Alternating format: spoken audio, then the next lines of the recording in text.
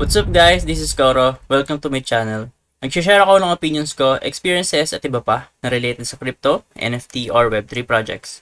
I'm a part of Marites Gaming Guild and Zen Talpakan Guild, mga community na tumutulong para ma-educate ang mga tao about crypto and investing. Hindi kami mga financial advisors at nandito lang kami para tumulong sa inyo. Mandatory pa din na you do your own diligence. So without further ado, let's dive right in.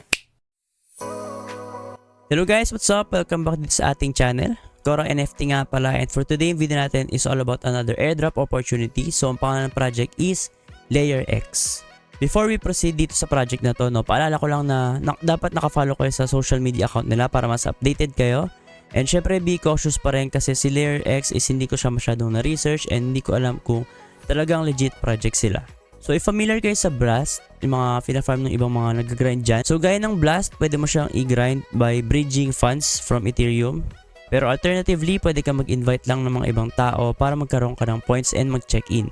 So as you can see, pag pumunta ka sa website na nilive ko sa description natin, as you can see, ito yung mismong UI nila. And pag click mo tong airdrop, dito ka mapupunta. Meron silang bridge, draws, points miner. So not sure kung para sa points miner na to, pero yun nga, equivalent siya kung saan yung points ko right now. So ang ginagawa ko lang dito guys is daily check-in. So check-in now. Ayan, so kasi nadagdagan siya ng 10.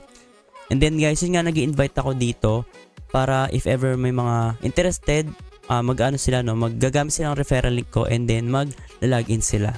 Then yun nga guys, dahil hindi ako masyadong sure dito kay Layer X, hindi ako nag-bridge ng fund kasi hindi ko sure kung backed by anong project ba to or kung ano yung funding nila kasi hindi ko siya makita sa CryptoRank.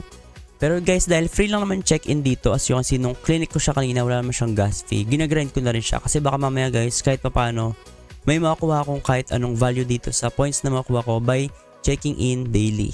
So yun lang guys for Layer X, and ito yung parang last video ko dito sa grind list ko. Not sure if may idadagdag ako, pero iba kasi dito guys, hindi ko nadadagdag ng video katulad nitong si Over Protocol or Over Network kasi meron na ako ng video niyan, si Li-Fi or si Jumper Exchange, meron na rin akong video niyan. Si Getgrass na upload ko na yan. Si Rainbow, ito wala pa ako nitong video. Ito guys kasi is hindi ko naman siya talaga ginagrind daily. So nilagay ko lang siya dyan kasi pwede ko siyang i-grind from time to time pero hindi talaga daily kasi ang gagawin mo dyan is mag-swap ka.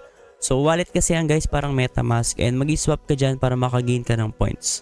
Si Dimension guys, hindi ko siya magagawan kasi yung testnet nila is for pilling users lang yung may mga rewards. For example, sa akin meron akong Roll Ape na Discord role, so magkakaroon ako ng airdrop opportunity dahil nag-participate ako sa testnet nila, pero hindi lahat ng nagpa-participate sa testnet is may reward. Like I said, kailangan meron kang Roll Ape na role sa kanilang Discord. I think guys, yung iba naman dito is meron na akong video and nagawan ko na ng video lahat. Itong robots.farm, di ko na siya gagawan, siguro ipopost ko na lang and try nyong i-check. Kasi guys, libre naman i-farm si robots.farm, lalo na kung meron kang Ethereum transaction or do sa mismong chain Ethereum meron kang transaction, kailangan mo lang mag-sign and wala kang babayarang gas fee. So si Aleo guys, under testnet pa rin siya, and if ever guys, parang okay rin naman gawa ng video si Aleo and si robots.farm para mas makita nyo. If ever gusto nyo, mag-comment lang kayo sa ating comment section, and if ever may mga gusto kayo mga airdrop content na gusto ko i-content na hindi nyo pa nakikita dito sa ating channel, or gusto nyo i-review ko, or mga P2E, or kahit anong mga project pa yan, huwag kayo mag-hesitate na mag-comment sa ating comment section. If ever man nahihiya kayo o may mga questions kayo na gusto nyo sa aking i-PM, pwede nyo akong i-reach out sa TikTok and sa Facebook. Yun lang guys, and see you sa ating mga next video, and good luck sa airdrop hunting.